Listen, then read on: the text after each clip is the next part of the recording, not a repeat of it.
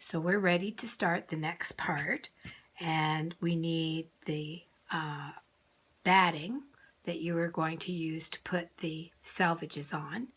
And I'm just going to tell you how to put it together and your options, and then give you time to get those two pieces done. So that's going to be the front and the back of your bag. So we're going to do this side and this side. So I'm going to switch this over so that I can show you what I'm doing. So what I've got here is one side of the bag, and I'm going to lay my pieces on an angle, but you could lay them horizontally or vertically, whatever you decide. So my first piece I cut so that it's quite a bit larger or longer than the width of the batting, as you can see there. And I've put it right on the corner, and the finished edge is on the outside.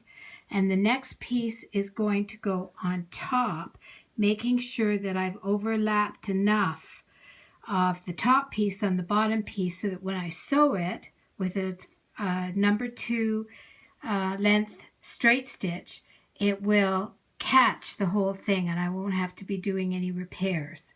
So I've laid the next piece, and you can see I've got some lettering in it this time, and I've overlapped it on the first piece, and I've left a little bit of the green showing, and I will stitch that with a very fine straight stitch. Now you have options. You can put a fancy stitch from your sewing machine if you want to try that, do a test run on some scrap pieces, or you could use a very tiny zigzag. So here I've got 3 pieces on, and I have sewn. I'm doing the other side with the sewing actually done so that you can see what it looks or should look like, or hopefully will look like. And so the first piece is on an angle. This piece has got a little bit wider bit of green than what you saw on the other side. But there's the second piece, and I've used the same 2 pieces or similar pieces to show you. And so you can see there's the fine stitch. I think you can see it, and I've done it really as close and as neatly as I can to the edge.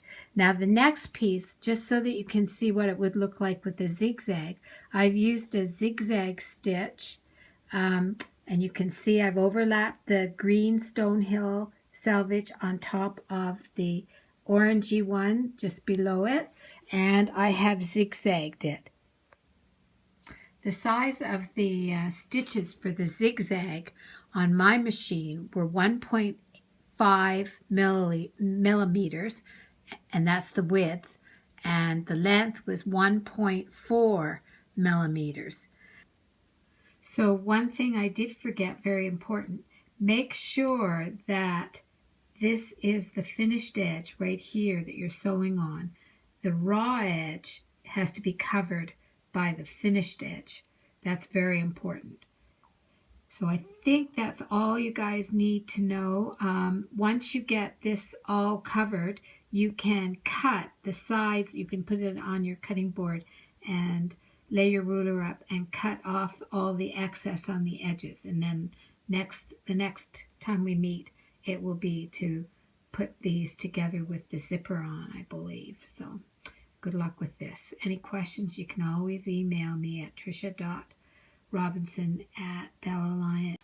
I wanted to show you a couple of pieces of selvage that I used that you might want to use, or you might want to know if you can use it. And one of them is this little piece here. This is a wider piece that I cut from a project for a long time ago, but you can see it's got sort of fluffy ends and unfinished ends. You can use those as long as you sew right along the edge between the woven part and the part that is loose, and it gives a little bit of texture and interest. The other thing I wanted to show you is a way of checking to make sure that you catch them all is to look behind each one and see that you've caught it all along the edge, which I have, okay? Because you don't want to have some loose bits. I did have some loose bits on the last bag, and because I didn't check, and then I had to go back and zigzag it or sew it down so that it wouldn't come loose. So this is what I've done so far. I'm working on both sides at the same time. Make sure you've got lots of overlap here, and I usually start sewing before I get on to the batting part. The batting part starts about here, so that when I go to trim it, I won't have any loose or weak spots at the beginning here, okay? So, and you can see I've got various thicknesses, and this is why I like to have a little more, so that I have a little bit more of the color showing. And I varied the plain ones versus the written, the ones that have printing on it, off and on all the way through. I'm kind of doing these to kind of match, so both sides kind of look, so you can see there that I have matching. Sometimes I don't match the writing part versus the plain, but I match the same colored pieces. This is just me. Anyway, hope you're having fun with this. So right now I've decided to make a sort of short video of my sewing machine, and it set up so it's sewing a very straight line seam on the selvages.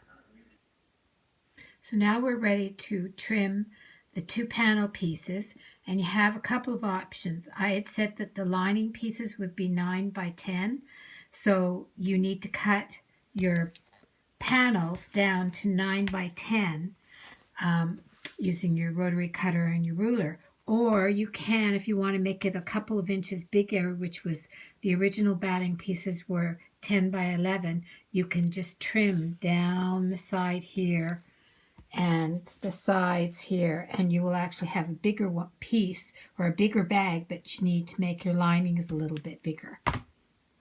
And here are my 2 pieces all trimmed and tidy and ready to go.